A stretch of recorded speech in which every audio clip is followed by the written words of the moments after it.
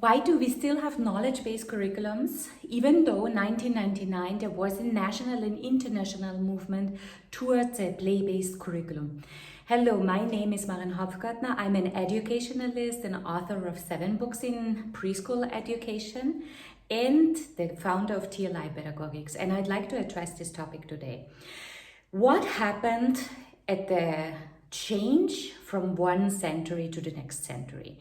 What happened is that in many countries all over the world, national, international, there have been agreements made on early childhood education.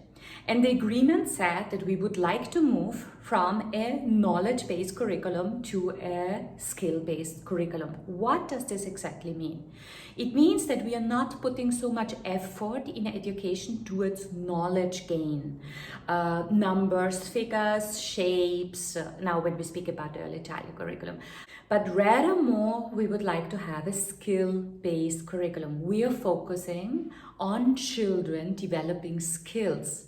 The difference is that knowledge you can forget. And sometimes it's studied in such a way that we really forget it fast. Sometimes it sticks with us. What is the skill-based curriculum doing?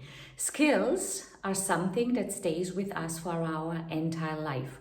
When we know how to ride a bicycle at a young age, we do not forget this at any time in the future. We might have to exercise a little bit if we haven't been on a bicycle for 20 years. But as soon as we get back, really sitting on the bicycle and exercising a little bit, we remember everything because it's a skill. It's deeply embedded in every cell of our human being. It is a part of us. It's not just something that we know by mind. It is something that we know by our body. Every cell of our body knows that. And in TLI Pedagogics, we have a skill-based curriculum. We have a developmental sensitive curriculum, means we take the development of the child and we give impulses which help the child really, especially on that level where it meets the present interest of the child. And when this comes together, skills develop by themselves. And in many curriculums, we have this idea. But still, we can see that many teachers hold on to the knowledge-based curriculum. There has to be a teaching part. There has to be a part where they engage in numbers, figures.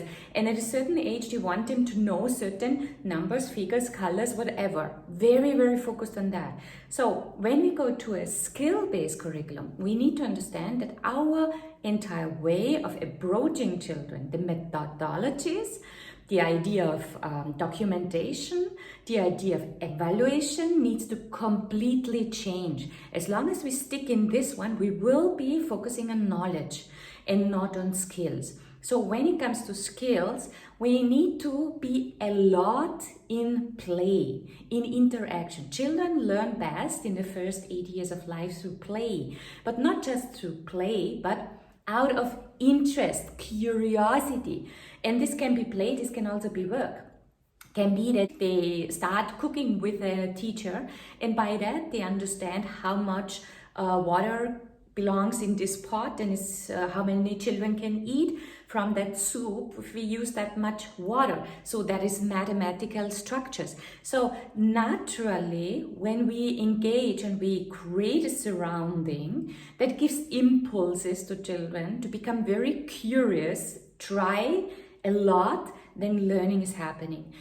Another way in the skill-based curriculum that needs to be set a lot is learning by role modeling, the modeling of excellence. Someone is able to do something, another one not. So how the child is doing it is observed by this younger child or the other child, and this enables the children to also be understanding better a skill and how to do something. So the question is not what.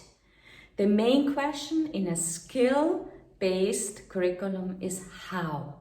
How do we set up our curriculum so that it's becoming a day-to-day life experience for the children? How do we evaluate and plan and do our documentation so that it's helping children to develop their skills. And so there are many curriculums out there who are already more focusing on the skills based. It's just really important as teachers, but also as parents, that we understand to let go the knowledge-based curriculum.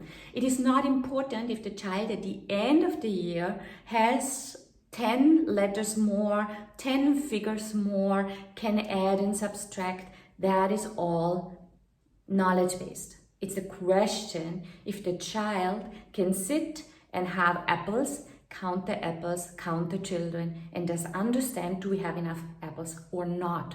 This is a skill. This is a life skill. And so we need to get this understanding right about knowledge-based and skill-based. And it's a transition that doesn't happen from one day to the other. So it slowly should shift more from the knowledge-based to the skill-based curriculum. This is my recommendation, and it takes a lot of training and a lot of reconsidering, introspection on the side of the teachers. I hope it gave you an insight about the difference between a knowledge and a skill-based curriculum. These are some ideas that you can consider, and I hope you use them from tomorrow on and consider them together with your team of teachers. If you like this video and you want more of it, please do not forget to subscribe and click the notification bell. And please share with all of those you think would be benefiting from this video. See you soon.